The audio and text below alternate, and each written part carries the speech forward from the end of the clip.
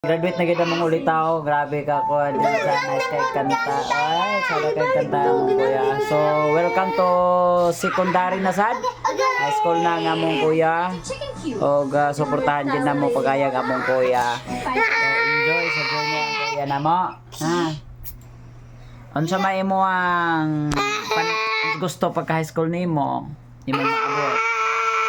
No. Mag-isip. Si Papa. Unsa man ang isip ko? Maragay pag sabi sa doktor mo. Kuha ako ate, mama ko asi manghod mama be kay mabunalan ako na ma. Dali. Unsay gusto nimo nga kuanon pagka high school? ACP. Unsa man ang isip eh? Maragay po siya Boy Scout kaya. Pero marag mas enhance siya bitaw. Karang gikan gyapon sa mga pulis nilang gitudlo. Ah, gusto gid ka gingana. Kaya para makastudy ko rules. Pero dili nimo pasagdan ng mga academic.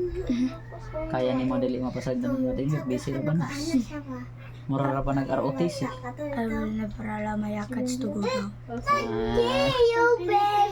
So, message sa imong teacher be, pasalamat kay nag-graduate na ka. Nagpasalamat ko sa kong maestra si Ma'am Dechos kay bisan pag daghan kay mga activity sa eskwelano, labi na basta mabot nag high school, pero si Ma'am kay okay ra gyapon siya. Iya gyapon mong katabangan og reminded niya sa katong mga needs para sa among grades.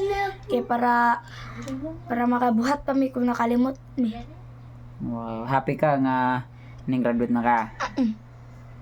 Unsa may feeling nga nag-graduate na si kuya namo? Happy dayon. Sad pod kay biya naman among elementary. Kaya unsa may message nimo sa imong mga classmates? Nagpasalamat po ko sa katong mga classmates ako nga butan gyapon kay nitabang gyapon sila sa kuha. Niya ako pa silang gitabangan. Daghan kag nahibalaan sa imong pag-eskwela bago ka nag-graduate. Like unsa imong nahibaw-an na hinumduman gikan sa imong eskwela. Kanang saan pag kriptong sa ilang sa marketing unya makakorta we may pero sa tong niagi nga nagbaligya may kuan pastillas nakakuha mi profit nga nasa 350. 350. So kabalo na ka maluto pastillas karon. So magluto ta og ma. Okay ra gyapon. Sige, magluto ta og ma. Magluto ta pastillas ma si kuya. Magluto. Okay. Sige, pilay budget. Pwede naman gawin like ang gatas. Pwede ra 5 ka gatas or bisag kun sa basta ma-flavor na yun. Sugar na yun o condense. Mura na. Okay. So, ang sa tanan nimo nga mga teachers, unsay imong ikasulti sa ila? Nagpasalamat ko sila kay ilang may gitaganog chance para makabuhat pa itong kailangan na mo para sa among eskwela nga para sa itong mga niyagi na mga quarters nga ilang may gitagag chance daghan kasi sila chance nga gatag sa amo, so nahuman gid na mo ang katuntanan niya mga recommended na task. Unsay dili nimo makalimtan sa imuhang kinabuhi bilang estudyante sa elementary? Recognition. Nga naman. Alam kay special event man.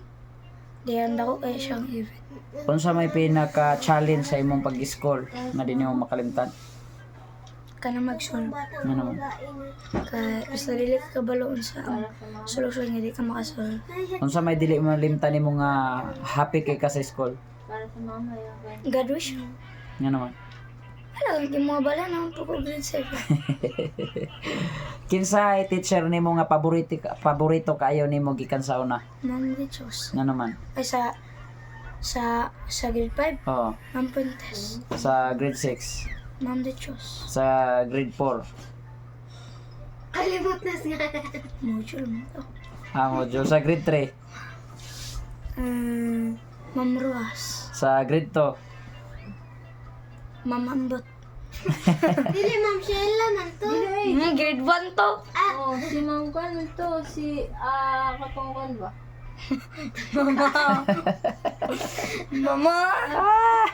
Mama.